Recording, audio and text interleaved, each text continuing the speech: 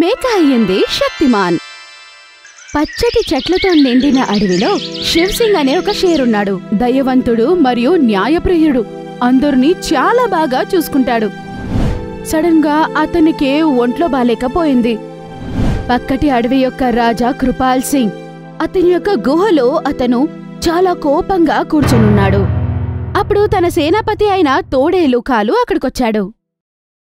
నేను నీకోసమే వేచి ఉన్నాను భాలు. చెప్పు, పచ్చటి అడవి నుండి ఏం సమాచారం తీసుకుని వచ్చావు?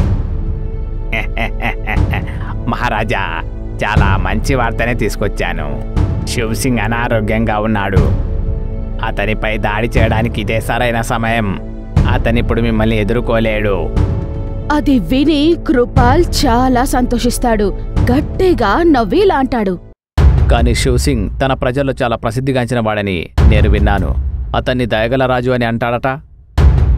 ఒకవేళ నేను అతనిపై దాడి చేసినప్పుడు ప్రజలతని కాపాడడానికి వస్తారేమో.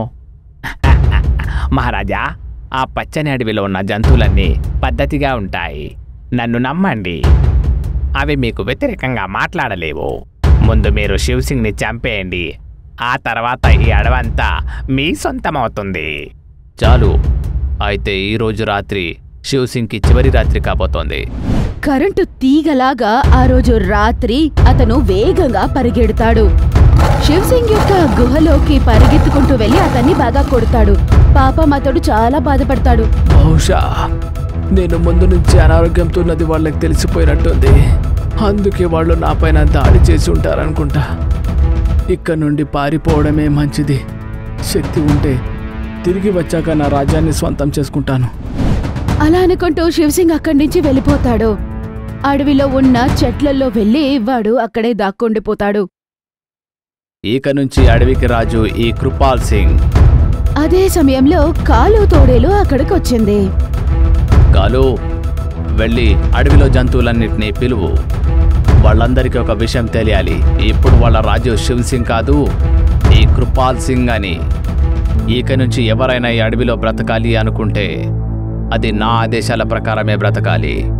కాలు తోడేలు జరిగిన అన్ని విషయాలు చెప్పడానికి అడవిలోకి వెళ్తుంది. అడవిలో ఈ యొక్క విషయం అందరికీ తెలిసిపోతుంది. శివ్ సింగ్ ని కొట్టి తరిమేసి వాళ్ళ రాజయ్యాడో కృపాల్ సింగ్ అని. అది తెలిసిన వెంటనే అందరూ చాలా భయంతో వాడి యొక్క గుహ దగ్గరికి వెళ్తారు. అప్పుడు రాజు వాళ్ళని చూసి ఏనుగు, తోడేలు మరియు కరణిని పిలుస్తాడు. నా గుహ దగ్గర పచ్చదనం తక్కువగా ఉంది. రాత్రింబావుళ్ళు చెట్లు పీక్కుంటూ నా గుహ దగ్గరికి తీసుకురండి. దాంతో నా గుహ యొక్క సౌందర్యాన్ని పెంచేసేయండి. మహారాజా, రాత్రింబావుళ్ళు చెట్లు పీకితే ఇక నేను ఎప్పుడు పడుకోవాలి? ఎప్పటి వరకైతే చెట్లు తీసుకొస్తావో అప్పటి వరకు ప్రాణాలతో ఉంటావు. లేదంటే శాశ్వతంగా పడుకుంటావు. ఇక వెళ్ళు. ఏనుగా చాలా బాధపడుకుంటూ వెళ్తుంది. ముళ్ళ పొదలు రాళ్ళు జరిపేసి నా కోసం ఒక మైదానాన్ని ఏర్పాటు చేయండి. మహారాజా, ముళ్ళ పొదలు రాళ్ళు తీయడానికి చాలా శ్రమ అవసరమండి. ఆ మైదానంతో మీరేం చేస్తారు? ఊరుకో. నీ ప్రశ్నలన్నీ వినడానికి నేను నీ పాత రాజుని కాదు. నేను చెప్పింది చెయ్యంతే. బాలు కూడా ఏమీ మాట్లాడకుండా వెళ్ళిపోతాడు. అడవికి నలువైపులా ఓ కన్నేసి ఉంచండి. ఎవరైనా అడవి నుండి పారిపోయే ప్రయత్నం చేస్తే నాకు తెలియజేయండి.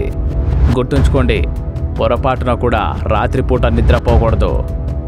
పచ్చటి అడవిలో యొక్క జంతువులు ఏమీ మాట్లాడకుండా భయంతో వెళ్ళిపోతాయి. తర్వాత అక్కడే నించున్న కృపాల్ సింగ్ అందరికీ ఇలానే అంటాడు. ఇక నుంచి ఏం తినాలనుకున్నా ముందుగా నా అనుమతి తీసుకోవాలి. నేను చెప్పినప్పుడు మాత్రమే మీరు తినాల్సి ఉంటుంది. ఎవరైనా నా అనుమతి లేకుండా తింటే మాత్రం వారు జీవితంలో ఏది కూడా సరిగా తినలేరు. అందరూ చాలా భయపడి అక్కడి నుంచి వెళ్ళిపోతారు. వాళ్ళు ఏం చేయాలో అర్థం కాదు వాళ్ళకి. ఆ రోజు నుంచి అడవిలో ఆ భయం మాత్రమే నిండుకునుంది. ఆ రోజు నుంచి ఎవ్వరికి ఆకలేసినా కూడా వాళ్ళు మొదట కృపాల్ సింగ్ దగ్గరికి వెళ్లి ఆకలి గురించి చెప్పాలి. ఇలా ఎలా కుదురుతుంది? ఇలా అయితే మనం ఏ పని కూడా చెయ్యలేము. అవును, ఎప్పటి నుంచైతే కృపాల్ సింగ్ దాడి చేశాడో అప్పటి నుండి మనకు తినడానికి తిండి కూడా సరిగ్గా దొరకడం లేదు. ఇలా అడవిలో భయపడుతూ అందరూ బతుకుతున్నారు. ఈ రోజు ఎప్పుడు మారుతుందో అని వాళ్ళు ఎవ్వరికీ ఏమీ తెలీదు. ఒకవైపు కరడి ఇంకా ఏనుగా కష్టపడి పడి వాళ్ళకి ఆరోగ్యం పాడవుతుంది. ఒకరోజు వాళ్ళిద్దరూ మీట్ అవుతారు. గుడ్డలు కన్నయ్య, కృపాల్ సింగ్ అరాచకాలకు అంతు లేకుండా పోతుంది. అడవిలో ఉన్న చెట్లన్నీ పీకి పీకి నా ఆరోగ్యం క్షీణించిపోతుంది. ఇంత చేసినప్పటికీ అతనికి మనపై ఇంత కూడా దయరాదు. పైగా ఏదైనా తినాలనుకుంటే అతని అనుమతి కూడా తీసుకోవాలట. ఎందుకన్నా నా పరిస్థితి కూడా దాదాపు అంతే ఉంది. రాత్రింబౌల్లో ముళ్ళ పొదల్ని తీసేస్తూ ఉంటాను, మైదానం తయారు చేస్తున్నాను, కానీ ఆకలిగానే ఉండాల్సి వస్తుంది. మనం ఇంతగా కష్టపడుతూ ఉన్నాము, అయినప్పటికీ కృపాల్ సింగ్ మనకింత కూడా గౌరవం ఇవ్వడు. కనీసం మనకు కడుపు నిండా అన్నమైన దొరకాలి కదా. నువ్వు నిజం చెప్తున్నావు, కానీ పాప మా నక్క దాన్ని అడవి సరిహద్దు దగ్గర పెట్టినప్పటి నుంచి భయంతో అది అక్కడే ఉంది. ఎక్కడి నుంచి అయినా ఏదైనా జంతువు పారిపోతుందేమోనని భయం, లేదంటే కృపాల్ సింగ్ దాని పని కూడా చేసేస్తాడు. ఇలా అయితే చాలా కష్టం. పోతా, మనం వెళ్ళి కృపాల్ సింగ్ తోనే మాట్లాడదాం. ఏనుగా ఇంకా కరడి ఇద్దరు కృపాల్ సింగ్ యొక్క గుహకి వెళ్తారు. వాళ్ళని చూసిన వెంటనే కృపాల్ సింగ్ షాక్ అవుతాడు. మీరిద్దరు ఇక్కడికి ఎందుకు వచ్చారు? మహారాజా, మేమిద్దరం మీకోసం రాత్రింబాళ్ళు గాడిద కష్టం చేస్తున్నాము. మేమెంతో కష్టపడుతున్నామంటే పని చేశాక మాకు సరిగా నిద్ర కూడా రావడం లేదు. కానీ మాకు కనీసం తినడానికి తిండైనా కావాలి కదా. అయితే మీ ఇద్దరికి నేను తినడానికి ఏదైనా అడ్డుపడ్డానా? నేనేం చెప్పానంటే ఎప్పుడైతే తినాలనుకుంటారో అప్పుడు నా అనుమతి తీసుకోమని చెప్పానంతే. మహారాజా, దయ చూపండి. ఎక్కడైతే మీ విశాలమైన మైదానం తయారవుతుందో అక్కడి నుంచి మీ గుహ చాలా దూరంగా ఉంది. మాకు ఆకలి వేసినప్పుడు మేము ఇంత దూరం నడవాల్సి వస్తుంది. దాంతో మా ఆరోగ్యం చెడిపోతుంది. ఇంకో నా పరిస్థితి కూడా అలాగే ఉంది. నేను అడవి లోపలికి వెళ్ళి చెట్లు తీసుకొస్తూ ఉంటాను. దారిలో ఆకలి వేసినప్పుడు నేను మీ దగ్గరికి రావాల్సి వస్తుంది మహారాజా. అది విని కృపాల్ సింగ్ గట్టిగా నవ్వడం ప్రారంభించాడు. అయితే దీని పరిష్కారం నా వద్ద ఉంది. ఎలాంటి పరిష్కారం మహారాజా? ఇక నుంచి నా కొత్త ఆదేశం ఏంటంటే ఇక నుంచి వారం రోజుల పాటు ఏ జంతువు కూడా ఏ ఆహారాన్ని తినకూడదు. వారం రోజుల తర్వాత అందరూ కలిసి భోజనం చేయవచ్చు. అది అలాగనగానే ఏనుగా ఇంకా కరడికి ఏదో భూకంపం వచ్చినలాగా అనిపించింది. మరియు ఏమీ చేయకుండా వాళ్ళు అక్కడి నుంచి భయపడుతూ బయటికి వెళ్ళిపోతారు. అప్పుడు రాజు అందర్నీ సభకు పిలుస్తాడు. వారం వరకు ఎవరు ఏమీ తినకూడదు. అడవిలో జంతువులందరికీ ఆకలి పుట్టుకొచ్చేసింది. ఆకలి యొక్క శబ్దం ఆ అడవిలో అన్ని చోట్ల వినబడడం ప్రారంభించింది. అప్పుడు ఒక సాధారణమైన మేక కోపంతో అది షేర్ సింగ్ దగ్గర ఇలా అని అంటుంది. చాలు, ఇది ఎక్కువైపోయింది. ఇక మేము దీన్ని తట్టుకోలేము.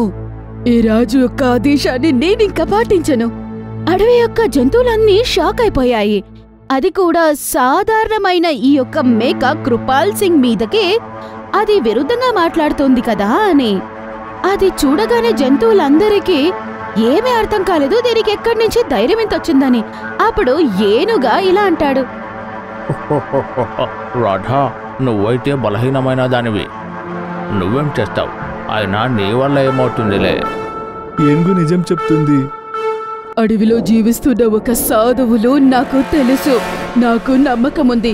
ఖచ్చితంగా ఆయన మనకు సహాయం చేస్తాడు.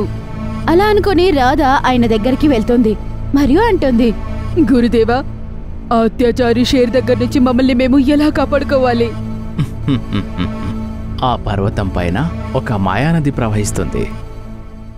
దురాశ నుండి విముక్తి పొందిన వారు మాత్రమే ఆ నీళ్ళని తాగగలరు. ఇక ఎవరైతే ఆ నీళ్ళని తాగుతారో వారికి అద్భుతమైన శక్తులు లభిస్తాయి. అది వినగానే మేక అక్కడి నుంచి వెళుతుంది మరియు అక్కడ జరిగినదంతా చెబుతుంది. ఏనుగా, తోడేలు, కరడి అందరూ నవ్వడం ప్రారంభిస్తారు. అది ఏం చెప్పినా వాళ్ళు నమ్మరు. నా శరీరాన్ని చూడు, నేను ఎంత శక్తివంతుడినో. నేను ఇంత శక్తివంతుడిగా ఉండి కూడా కృపాల్ సింగ్ ఏం చేయలేకపోయాను. అలాంటప్పుడు చిన్న మేకవి నువ్వేం చేయగలుగుతావు? ఆ గుడ్డెలు కంటే నేను చాలా బలవంతుణ్ణి. ఇక నా పళ్ళని చూసావా నువ్వు? నేను ఎవరినైనా చీరేయగలను. నువ్వు నీ పళ్ళని చూసుకున్నావా? ఒకవేళ కృపాల్ సింగ్ నీ మొహం పైన ఒక్కటి కొడితే గనక నీ పళ్ళన్నీ విరిగిపోతాయి. వాళ్ళేం మాట్లాడినా రాధ దాన్ని పట్టించుకోదు. శరీరంతో ఏమీ జరగదు, మన బుద్ధినే మనకు చాలా ముఖ్యం. మీరందరూ శక్తివంతులు, అయినా మీరు ఓడిపోయారు. మీ అందరిలో ఒకే ఒక్క విషయం తక్కువ ఉంది, నమ్మకం. ఇప్పుడు ఆ నమ్మకం నాలో ఉంది. నేను ఆ కృపాల్ సింగ్ ని ఖచ్చితంగా ఓడిస్తాను. అలా అని అది అంత ధైర్యంగా మాట్లాడగానే జంతువులు కూడా దానితో పాటు వెళ్తాయి మరియు ఆ నది దగ్గరికి వాళ్ళు వెళ్తారు. తర్వాత అక్కడికి వెళ్ళగానే వీళ్ళందరి మనసులో అతి ఆశ పుట్టుకొనొచ్చేస్తుంది. ముందు నేను తాగుతాను, శక్తివంతునవుతాను మరియు కృపాల్ని చంపేసి రాజునవుతాను. ముగ్గురు నీళ్లు తాగుతారు, కానీ ఏమీ జరగదు. కానీ ఆ నదిలో నుంచి ఒక శబ్దం వచ్చింది.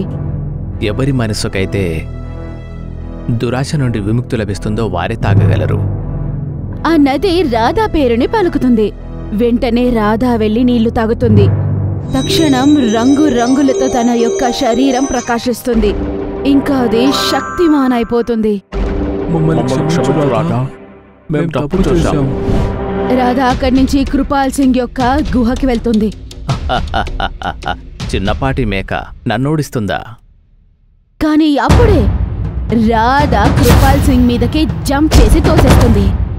మహారాజా, ఇక్కడి నుంచి పారిపోవడమే మంచిది. అరే, ఈ అడవిలోని మేకలేంటి ఇంత శక్తివంతంగా ఉన్నాయి? ఇక అందరూ తిరుగుబాటు చేస్తే నేనెక్కడ బ్రతకాలి? కృపాల్ ఇంకా కాలు అక్కడి నుంచి పరిగెత్తుకుంటూ వెళ్ళిపోతారు మరియు అడవిలో జంతువులందరూ చాలా సంతోషిస్తారు. ఇక నుంచి మన రాణి రాధా మేక అవుతుంది. అడవి యొక్క రాజు ఎప్పుడే షేర్ అయి ఉండాలి. మన రాజును వెళ్లి మనము వెతుకుదాము. రాధా ఇంకా వేరే జంతువులన్నీ కలిసి వెతకడం ప్రారంభిస్తారు. వాళ్ళు శివ్ సింగ్ ఒక గుడిసెలో ఉండడం చూస్తారు. అతనికి ఒంట్లో బాలేదు. జరిగిందంతా రాధా అతనికి చెబుతుంది. శివ్ సింగ్ కంటిలో నీళ్లు తేలుతాయి. రాధా చికిత్స చేస్తుంది. కొంచెం కొంచెం ఆయన ఆరోగ్యవంతుడుగా మారుతాడు. ఇప్పుడు శివ్ సింగ్ మళ్ళీ రాజ్ అయి నిలబడ్డాడు. కృపాల్ సింగ్ శాశ్వతంగా ఎక్కడికో వెళ్ళిపోయాడు. రాధా మేక తను నమ్మకంతో కాపాడుకుంటుంది వాళ్ళందరినీ. షేర్ సింగ్ యొక్క మంచి స్నేహితురాలవుతుంది. నమ్మకం కంటే బలం వేరే ఏది ఉండదు. మీకు గనక మా వీడియో నచ్చింది అంటే ప్లీజ్ మా ఛానల్ని సబ్స్క్రైబ్ చేయండి. అలాగే ఈ వీడియోని లైక్ చేయండి, అలాగే షేర్ కూడా చేయండి. ధన్యవాదములు.